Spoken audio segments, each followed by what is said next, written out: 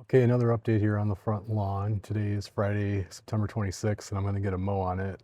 We've had a lot of rain this week, so I've only been able to mow about every 2 days, and it gets pretty tall pretty fast after applying the 2100 ammonium sulfate. So I'm probably going to do 2 or 3 mows on it right now. I'm probably going to mow it once with the Ego, probably around 1.8 or 2.4 inches, and then try to take it down another notch or two with the real mower. I just want to do the first pass with the Ego to try to avoid as many of the larger clippings as possible going into the ground from my real mower, since my real mower is just a push that doesn't have any kind of a bag attachment that works. It does have one for the back, but I don't use it because it's not very good. So if it had one for the front, that would be a different story. So I'm going to show you what this looks like after the mows. So here we go. Okay, so here we are pre-mow. I have mowed a few times. I've actually mowed a couple times this week, but just to give you an idea, on September 11th is when I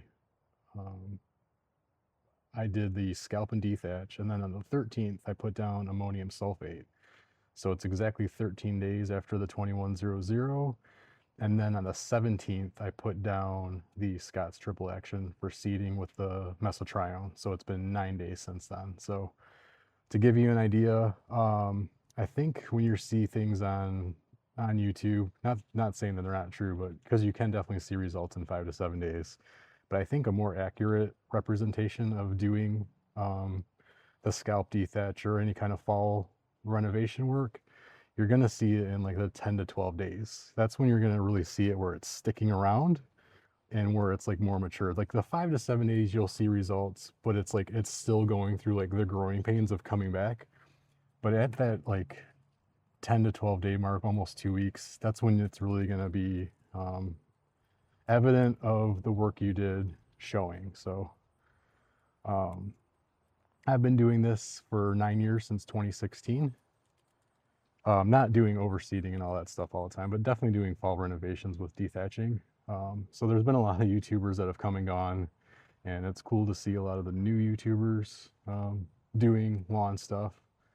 So it's just kind of keeping it going for like the next crop of people like me, or new homeowners, or people that have been at their homes for 20 years that never did anything. So it's just good to have more content out there, because I don't know about you guys, but I usually don't go back and watch content that's like 4 years old or 8 years old. So hopefully my mic's working.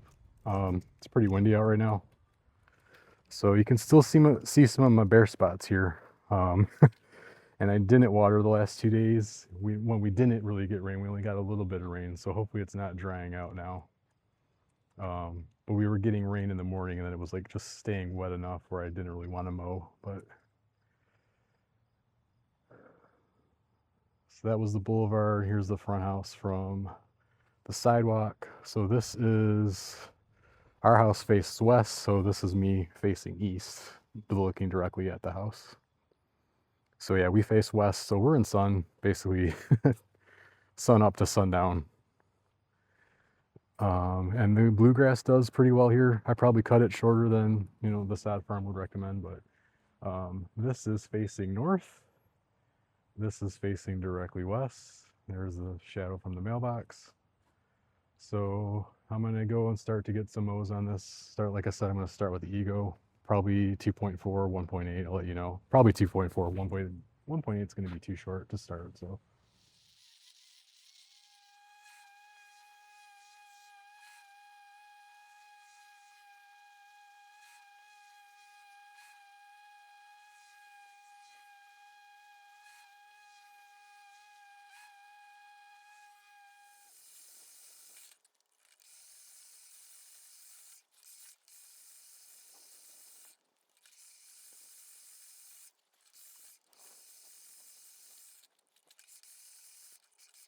The grass is a little bit too long though right now, because my bare spots are starting to have the old grass kind of like flopping over in some of the bare spots, and that's going to shade out. That's going to shade out the new grass from growing in. So here's some spots. So I am going to have to really do my best to get this down. I'm probably going to drop it down another level here. just to kind of keep it as short as possible to give the baby grass a chance to grow and get as much sunlight as possible. And I've heard it, I've heard it from friends and online about just go get a real mower, go get a real mower. You need an allett. I'm like, I know that, but an allett $6,000, and with the cartridges, I mean, that can come up to 10 grand very quickly. So if allett would like to sponsor me, if allett wants to send me the 20-inch 21-inch allett sterling, I'm all on board. I will use the hell out of that. I will make videos of it multiple times a week using an allett sterling. So I've wanted one since it came out. I wanted one since the day they announced it at their show, and I think this was when they announced it was on Instagram. And they might remember me because I immediately commented asking where the battery cover was. And I think I was the only person that asked about this, and I've asked about it many times over the years. I'm still bummed that there's not a battery cover, just because Ego batteries are so expensive, and they can get dust in them from when you're, especially if you're using it as a dethatcher or scarifier, but even just from mowing the lawn and having the dirt and dust and grass and just debris kicking up, there are vent holes and mesh and stuff in that battery that could get affected by that. So I still think that they should add a battery cover to it. Not sure why they didn't. There's battery covers on everything else, for the mowers and the snow blowers. I get that the leaf blowers and the other handheld tools don't have it, but for any of the four-wheel machines, I think that it should have a battery cover. So anyway, that's my rant. That's my one wish for the allett sterling. But my friend Scott has one, and I was able to use it. I did 2 passes, and it was pretty amazing. I like the self-propelled feature. That thing's pretty heavy. I want to say it weighs like somewhere between 100 and 125 pounds, but it felt substantial. It was way different than using the Ego mower. So after using that, I was like, yeah, I need one of these. And he's like, yeah, you need one. And I'm just like, yeah, I know, but it's expensive. So anyways, I'm all ears for how I can get one of those at an affordable rate or borrow one from somebody. But just seeing how this is cutting right now, I am going to go with the Ego one more time. I'm going to try it at 2.4 again, and then maybe 1.8 before I go back to the real mower, because the real mower is taking off quite a bit, and I'd rather that get bagged up. So that's the quick update here. You can kind of see my wavy lines from here. Like I said, we face northwest, and you might see stripes in my lawn in like late October, early November, if it's like super dark green from iron.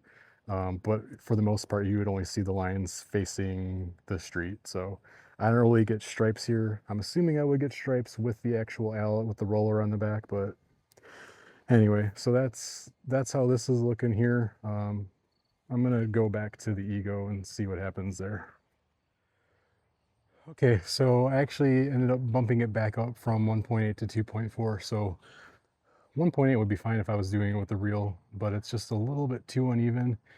And I have a couple spots that got higher when I did this major renovation 3 years ago on the boulevard here.